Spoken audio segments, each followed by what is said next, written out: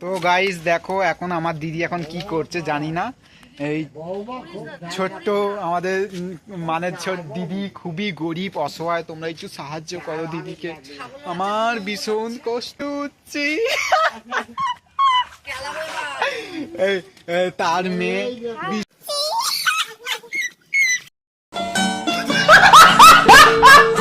তার মেয়ে ভীষণ গরিব, তোমরা দেখো আমার না ভীষণ কষ্ট হচ্ছে গো গাইস। দিদি এখন কি স্পেশাল একটা জিনিস করছে, কিন্তু তোমাদেরকে সরি দেখাতে পারবো না। দিদির বাড়িটা দেখো, দিদি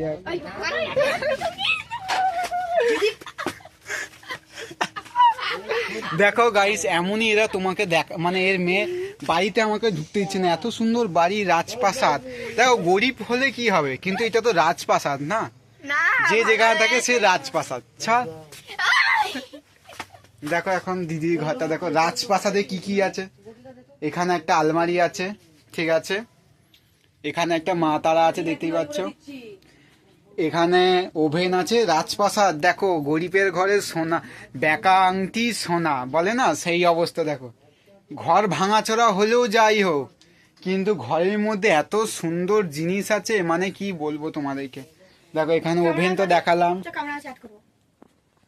দেখো চলো। এই যে এখানে ঠাকুর দেবতা আছে, যাই হোক খুবই ভালো সুন্দর। দিদি এত গরিব, তোমরা একটু দিদির পাশে দাঁড়াও, এটাই বলবো। যাই হোক তুমি দিদির পাশে দাঁড়াও গাইস, একটু তোমাদেরকে এটাই বলবো।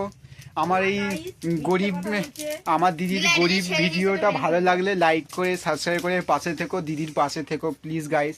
কিন্তু গরিবের ঘরে বেকা আংটি বলে না, ভালো মানে বেকা আংটি গরিবের কাছে অনেক দাম।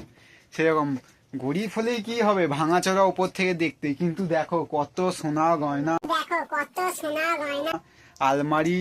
এইদিকে আছে ওয়াটার ফিল্টারের জল খায়, কিনে জল খায়, দেখো তোমরা কিনে জল খাচ্ছে, আর আমরা কলের টিউবকলে জল খাই। ওভেন আছে, তাহলে বুঝতে পারছো এরকম ভাবে থাকে।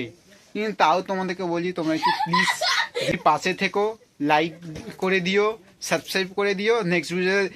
নেক্সট ভিডিওতে তোমাদেরকে দিদির ব্লগটা দেখাবো, ঠিক আছে। দেখো ক্যাডবেরি নিয়ে কি করছে, দেখো দিদির ব্লগটা, মানে নেক্সট ভিডিওতে কি হচ্ছে না হচ্ছে সেটা দেখাবো, ঠিক আছে। Tata bye bye.